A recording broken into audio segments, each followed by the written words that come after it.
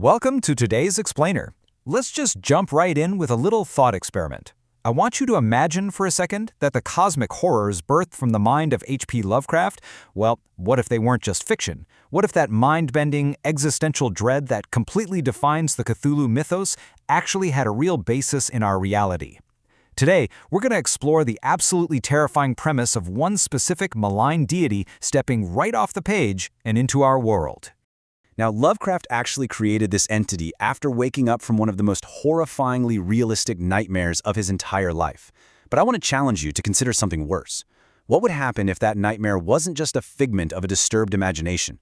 What if it was an actual being walking our Earth right now? What would that even look like? And honestly, how would humanity fare?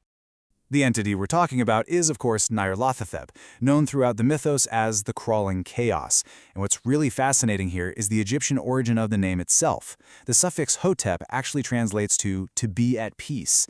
It sets up this incredibly grim, deeply ironic contrast, right? A state of peace versus the literal crawling chaos this being brings wherever it goes. Section 1. Meet the Crawling Chaos. Okay, let's dive into exactly why Nyarlathotep is uniquely terrifying compared to the rest of the Lovecraftian pantheon. The core difference is this. While other gods and great old ones slumber deep beneath the earth, or they're exiled out in the stars, trapped and speaking these incomprehensible ancient languages, Nyarlathotep is fundamentally different. He's awake, he's not trapped, he wanders the earth freely. And the scariest part? He can communicate flawlessly in any human language. He doesn't just exist out there, he actively interacts with us. Section 2. A God of Many Faces. So, because he interacts so closely with humanity, he obviously needs ways to blend in, and his known avatars are as unpredictable as they are ubiquitous. When he emerged from Egypt, he appeared as a tall, swarthy man looking like an ancient pharaoh. But over in China, he manifested as a morbidly obese entity with 5 mouths and tentacles. They called it the bloated woman. When he engages with technologically advanced civilizations, he becomes this complicated machinery called the Tick-Tock Man. And in more modern times, he's even been reported in Los Angeles as an avatar going by the name Mr. Skin. You literally never know how Nyarlathotep will appear until it's way too late.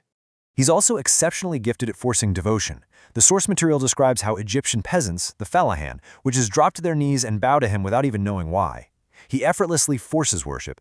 He draws these massive crowds using spectacular, almost magical instruments to completely baffle and transfix them. In fact, a lot of people believe Lovecraft's inspiration for these tech spectacles actually came from his view on Nikola Tesla, who used similarly amazing electrical instruments to mesmerize audiences back in his day. Section 3. What if he were real? So what actually happens if this unstoppable force exists today, assuming no other outer gods are around to hold him back? Well, the source notes that a modern incarnation would likely be a tall, thin man who is excellent with technology, quick to anger, and capable of drawing massive, massive crowds.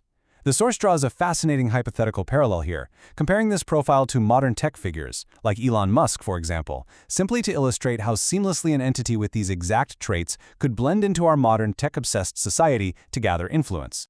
Section 4. Scenario 1. Global Enslavement. Assuming he is here, the source outlines 2 highly divergent timelines for our ultimate fate. Scenario 1 is a seriously chilling progression. Step 1 is absolute enslavement. Using his immense power and those enchanting tech instruments, he just brings humanity under his irresistible will. Step 2 takes a darker turn. We'd likely be subjected to gruesome experiments, partly for his pursuit of knowledge, but mostly just to bask in our suffering. But step 3 is where it gets super weird. It's possible that if he were happy at the top, he might use humanity to build an amazing technological utopia. Eventually, through a sort of Eldritch Stockholm syndrome, we might actually accept him as our great leader, retain our sentience, and even venture off into space under his command. But getting to that so-called utopian stage would be absolutely horrific. I want you to remember that if you found yourself caught in this scenario, your options would be incredibly bleak. Against an entity of such immense power and cunning, even the most stubborn human minds wouldn't stand a chance.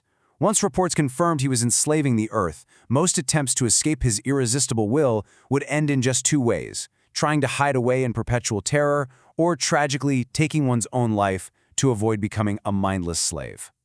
Section 5. Scenario 2. Mutual Destruction. But what if being the great leader of Earth just isn't his style? What if he doesn't actually want to rule us at all? The crucial thing to remember is that Nyarlathotep has a deep, deep love for madness and death. So rather than a unified, enslaved planet, he might just prefer to watch the whole world burn. To pull this off, he could use his ability to change forms to manipulate humanity into dividing itself. He could easily create two massive opposing factions, with each side deeply worshipping a completely different avatar of his. From there, the final outcome is practically inevitable. He'd pit these factions against each other, leading to the total mobilization of all available weaponry. This would inevitably escalate right up to the unleashing of global nuclear arsenals, completely destroying humanity and the planet. And the entire time, Nyarlathotep would simply sit back and watch the annihilation in absolute glee, having flawlessly orchestrated the ultimate apocalyptic fireworks show. Which brings us to a final, dark thought to leave you with today. As the source material provocatively points out, when we look at humanity's self-destructive tendencies and the highly polarized way things are looking politically right now, would a manipulative god of chaos leading us toward mutual destruction really be a huge change from our current trajectory? It makes you wonder, is the crawling chaos already pulling the strings? Think about that, and we'll see you in the next explainer.